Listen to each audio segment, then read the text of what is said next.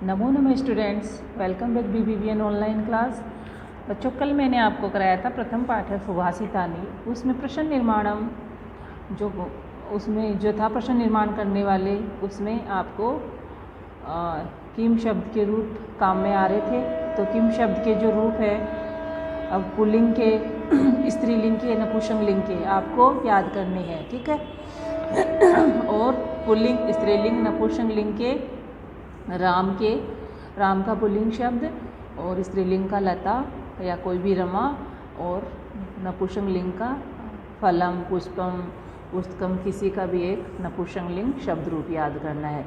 तो तीनों में आप एक एक कर लोगे ना बच्चों, तो आपको हर एक चीज़ में आसानी होगी। वाक्य बनाने में भी, पढ़ने में भी, उच्चारण करने में भी, हर जगह आपको आसानी होगी। जैसे राम अकारांत पुल्लिंग शब्द आपने कर लिया, तो कौन सी विभक्ति कहाँ आई है उसके अकॉर्डिंग आप बालक का, गज है, हस्त है ना, वृक्ष है, किसी के भी आप बना सकते हैं। फिर और जो पुल्लिंग जो शब्द है राम शब्द है, उसका जो किम शब्द रूप है वो एक जैसा सही है ना। बस वो किम के हैं, लेकिन जो जैसे इसमें राम है उसमें कह आ जाएगा, उसमें रामम है उसमें कम आ जाएगा, रामेण है उसमें रामे केन आ जाएगा। इस प्रकार से आपको एक साथ में याद करने में आसानी रहेगी और प्रश्न निर्माण बनाते समय भी सुविधा रहेगी। तो हम राम के अकारांत पुल्लिंग शब्द याद करते हैं, ठीक है। और ये आपको कम जरूरी है करना, याद करना, ठीक है। तो विभक्ति भी याद होनी चाहिए, फिर इनका एक वचन, द्विवचन, बहुवचन रूप, ठीक है। तो पहले इनको याद कीजिए, फिर मैं आपको समझाती हूँ कि आप जैसे वाक्य बनाते हैं तो कैसे इनका प्रयोग किया जाता है। तो प्रथमा विभक्ति में क्या आएगा? राम है, रामौ, रामः, यानी किसी एक के लिए हम राम है, बालक है, गज है, हस्त है, वृक्ष है। ये प्रथमा विभक्ति का एक वचन हो गया। जैसे मैं बोलती हूँ ना प्रथमा विभक्ति का एक वचन, ठीक है। तो और रामौ है तो प्रथमा विभक्ति का क्या हो गया? द्विवचन, ठीक है। और रामः क्या हो गया? प्रथमा विभक्ति का बहुवचन। तो राम है, रामौ, रामः, ठीक है। फिर द्वितीय विभक्ति है रामम, रामौ, रामान। क्या है? रामम, रामौ, रामान, ठीक है। जैसे द्वितीय विभक्ति में हमें कि बालक को पुस्तक देनी है, तो बालक को, तो बालकम, है ना। बालकों को देनी है, यानी दो बालकों को देनी है, तो क्या करोगे? बालकौ, ठीक है। अनेक बालकों को देनी है, को जिसमें आ रहा है, हम जिसके लिए वाक्य में प्रयोग कर रहे हैं, तो बालकान, तो बालकान हो गया। बालकान जहाँ शब्द आ गया, हमें समझ में आ गया कि द्वितीय विभक्ति का कौन सा वचन है? बहुवचन शब्द है। और हमें उसका अगर प्रश्न निर्माण करना है तो हमें द्वितीय विभक्ति का बहुवचन का किम शब्द रूप का यूज़ में लाना होगा, तो जिसका क्या होगा? कान, है ना, कान, ठीक है।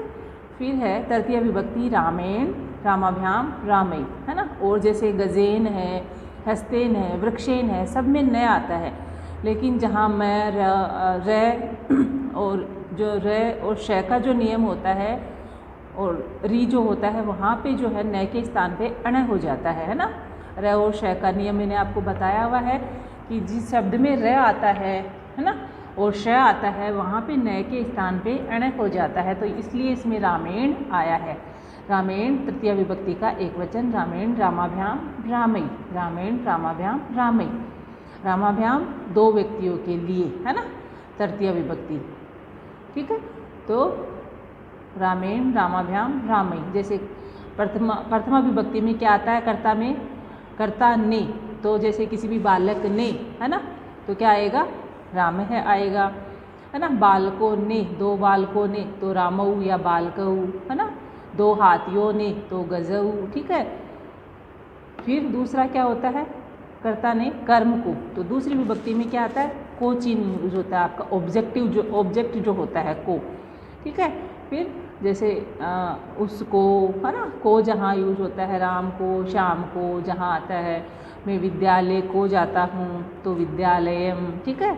अहम विद्यालयम, ठीक है, विद्यालयम आ जाएगा। तो जैसे इसमें रामम है वैसे, ठीक है, वैसे ही हम विभक्तियों का प्रयोग करते हैं, ठीक है।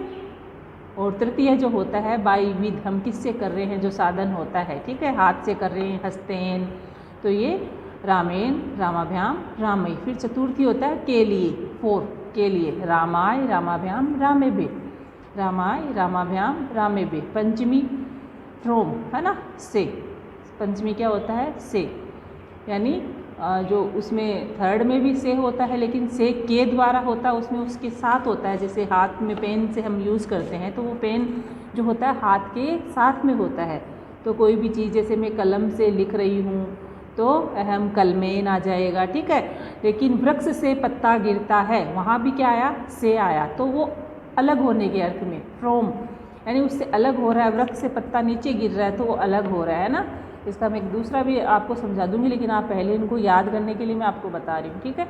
तो वृक्ष से पत्ता गिरता है तो वहाँ पे क्या आ जाएगा, जैसे इसमें रामात है प्रथम, तो वृक्षात, दो वृक्षों से गिर रहा है तो वृक्षाभ्याम, ठीक है। अनेक वृक्षों से पत्ते गिर रहे हैं तो वृक्षेभ्ये। इस प्रकार से एक ही विभक्ति, एक ही जो शब्द रूप है उससे आप बना सकते हैं। समझ में आ गया, क्योंकि उससे अलग हो रहा है तो वहाँ पे क्या आ जाएगी, पंचमी विभक्ति, ठीक है। रामात, रामाभ्याम, रामेभ्ये। फिर षष्ठी में क्या आता है, का के की, किसी का भी संबंध जो बताया जाता है वो षष्ठी में आता है। जैसे रामस्य, राम का, बालकस्य, बालक का, गजस्य, हाथी का, है ना। किसी के लिए भी का के की जो होता है उसका जो यूज होता है वो षष्ठी विभक्ति में होता है, ठीक है। रामस्य, रामयो, रामाणाम, ठीक है। फिर है सप्तमी, यानी जहाँ आधार होता है संबोधन, जहाँ सप्तमी में को क्या बोलते हैं, अधिकरण में पर, ठीक है। जहाँ आधार होता है, यानी मैं कक्षा में बैठी हूँ तो मेरा एक आधार हो गया ना। हाँ, पक्षी डाल पर बैठा है या वृक्ष पर बैठा है, आसमान में पक्षी उड़ रहे हैं तुम में, तो जैसे आसमाने, आकाशे, ठीक है ना। तो क्या आ जाएगा, आकाशे, आसमान में उड़ रहे हैं तो आकाश से, वहाँ एक उनका आधार हो गया है ना। वृक्ष पर, तो वृक्ष पर आ जाएगा तो वृक्षे। तो इसी प्रकार इसमें क्या आया है, रामे। तो ऐसे ही आपके जो हैं वाक्य बनते हैं, ऐसे ही जो आपका जो है चैप्टर है, कोई भी कहानी है, कथा है, वह बनती है। तो रामे, रामयो, अगर दो है तो दो का उसके वृक्षयो कर देंगे, है ना। फिर अगर अनेक है तो वृक्षेषु कर देंगे, यानी वृक्षों पर पक्षी बैठे हैं तो वृक्षेषु खगाहा तिष्ठन्ति, है ना, ऐसे कर देंगे। आसमान में या आकाश में पक्षी उड़ रहे हैं, तो आकाश तो एक ही है तो हमें क्या करना पड़ेगा, आकाशे ही करने पड़ेगा, ठीक है ना। आकेशु नहीं करना पड़ेगा, क्योंकि आकाश जो है एक ही है हमारा, ठीक है ना। जो साथ सत्य है उसको हम इनकार नहीं कर सकते। फिर संबोधन जो है, हे राम, हे रामौ, हे रामा, ये आपको याद करना है, ठीक है। तो रामय, रामौ, रामः, रामम, रामौ, रामान, रामेण, रामाभ्याम, रामई, रामाय, रामाभ्याम, रामेभ्ये, रामात, रामाभ्याम, रामेभ्ये, रामस्य, रामयो, रामाणाम, रामे, रामयो, रामेषु, हे राम, हे रामौ, हे रामा। ऐसे ही इनके देखो आपको शब्द रूप है किम के जो है प्रश्न निर्माण के लिए। तो देखो प्रथमा विभक्ति में क्या आया था, राम है, आमा आया था ना। तो यहाँ प्रथमा में क्या आएगा, क है, क्योंकि पुल्लिंग का एक वचन है, पुल्लिंग की प्रथमा विभक्ति का एक वचन राम है। तो किम शब्द अगर हम यूज करेंगे उसके लिए तो पुल्लिंग का ही प्रथमा विभक्ति का एक वचन हम प्रयोग में लाएंगे। तो क्या होगा, राम है के स्थान पे अगर राम है को अंडरलाइन किया हुआ है, रेखांकित किया हुआ, और आपको प्रश्न निर्माण करना है, या गजय है, वृक्ष है, कोई भी पुल्लिंग शब्द रूप है, ठीक है। अश्व है तो आप क्या करोगे, उसके स्थान पर क है। संत है ना, संत है के सृजंती, वैसे जो आपके इसमें आया है तो क्या करोगे, क है।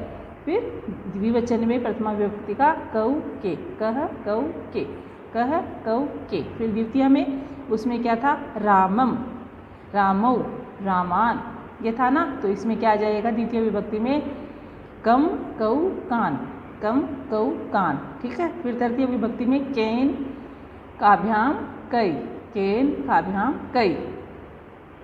कस्मई चतुर्थी विभक्ति में कस्मई काभ्याम के भे। फिर पंचमी में कस्मात, उसमें क्या था, रामात।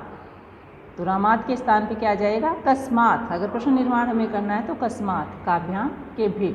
फिर षष्ठी विभक्ति उसमें था रामस्य, बालकस्य, है ना। जो भी शब्द है पुल्लिंग का उसके स्थान पे हमें करना हो पुल्लिंग, प्रश्न निर्माण करना हो पुल्लिंग से तो कश्ये, है ना। द्विवचन में कयो केशाम, कश्ये कयो केशाम।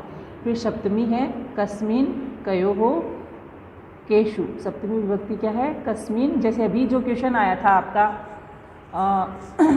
जो है तस्य मूर्धनि तिष्ठन्ति वायसा, तस्य मूर्धनि तिष्ठन्ति वायसा, उसके सिर पर कौवे बैठे हैं, ऐसे आया था। तो किसके सिर पर बैठे हैं, तो वो मूर्धनी जो था पुल्लिंग का सप्तमी विभक्ति का क्या था, एक वचन था। तो उसके स्थान पे मैंने बताया था ना, कल जो आपको करवाया था उसके स्थान पे मैंने क्या बताया, पुल्लिंग शब्द की किम शब्द रूप का सप्तमी विभक्ति का एक वचन कस्मिन बताया था, और एक क्या बताया था, कुत्र अव्यय शब्द बताया था कि आप कुत्र भी प्रयोग में ला सकते हैं और कस्मिन भी ला सकते हैं, यानी कहाँ पर बैठे हैं। ठीक है, तो कस्मिन कयो हो केशु। तो आशा करती हूँ ये आपको अच्छे से समझ में आया होगा। आपको इनको करना है, कल मैं कराऊंगी स्त्रीलिंग शब्द फिर नपुंसकलिंग शब्द। तो ये आपको अच्छे से लिखना है इनको और अच्छे से याद करना है। एकदम से नींद में भी कोई पूछे तो आपको याद हो जाना चाहिए, ये आपको कंपलसरी है। ठीक है, ओके, बाय, थैंक यू।